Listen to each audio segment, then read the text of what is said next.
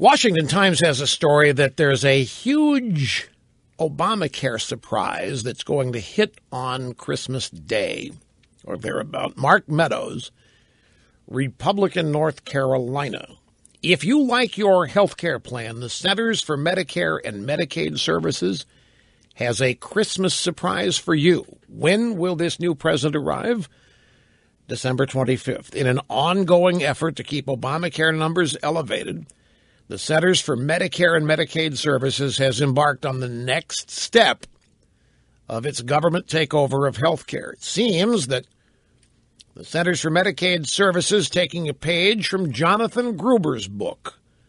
Rather than allowing the stupid masses to make a decision on their own health plan, the Center for Medicaid and Medicaid Services has proposed a new rule that includes an overly reaching provision allowing the Centers for Medicaid Services to re-enroll anyone who has not made the annual trek back to healthcare.gov in a cheaper plan of their choosing.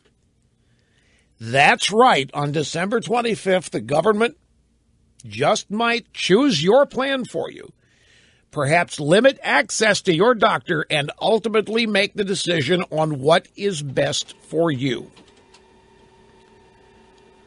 Not to worry, because the Centers for Medicaid Services will use a blindfold to pick your plan. The agency will select your plan without knowing your medical history, and they'll do so without knowing if you're currently undergoing treatment or working with a specific doctor, and they will do so without knowing your financial status. Despite the fact that the millions of people who had already enrolled chose the plan that they believe was best for them, you could still have your plan taken out from under you and switch, is what this is about. If you've signed up on December 25th, the Centers for Medicare and Medicaid Services could switch you, just based on arbitrary whims, and you won't know about it. To be clear, a citizen will sign up once for a private plan with a health care provider, only to have that plan changed by the federal government. Moreover, Centers for Medicare and Medicaid Services will change your plan after the open enrollment period ends, leaving you and your family stuck with a potentially unwanted plan for the year. Now, the author of the piece here, Mark Meadows, says, I sent a letter to the Centers for Medicaid Services demanding that they immediately strip this provision from the pending rule and abandon any future attempt to single-handedly choose Americans' health care plans. Because if not, it says here, the Republican House and Senate stand ready to take the action necessary to ensure that the Center for Medicare and Medicaid Services does not further erode customer choice in health care. Well, we will see. Now, there's a related story here, folks. This will comfort you from thehill.com. Republicans' eye obscure budget tool to repeal Obamacare. No, they're not really going to repeal it. No, don't get your hopes up. What they're going to do is send a message. Republicans on and off Capitol Hill are rallying behind using a rarely deployed budget tool next year to dismantle Obamacare. But the issue of how to use budget reconciliation, that's the tool. The issue of how to use budget reconciliation has divided Republicans, some calling for it to be implemented to overhaul the tax code or to push through major energy reforms.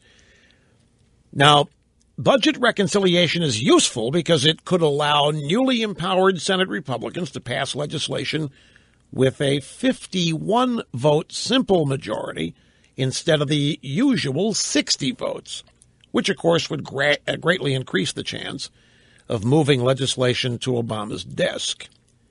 Now, while Obama's certain to veto anything that tries to roll back Obamacare, Republicans increasingly see budget reconciliation as an important messaging tool to help paint a contrast with Democrats on Obamacare ahead of 2016. One senior Senate Republican aide familiar with the behind-the-scene discussions said, my guidance is that's where members are headed.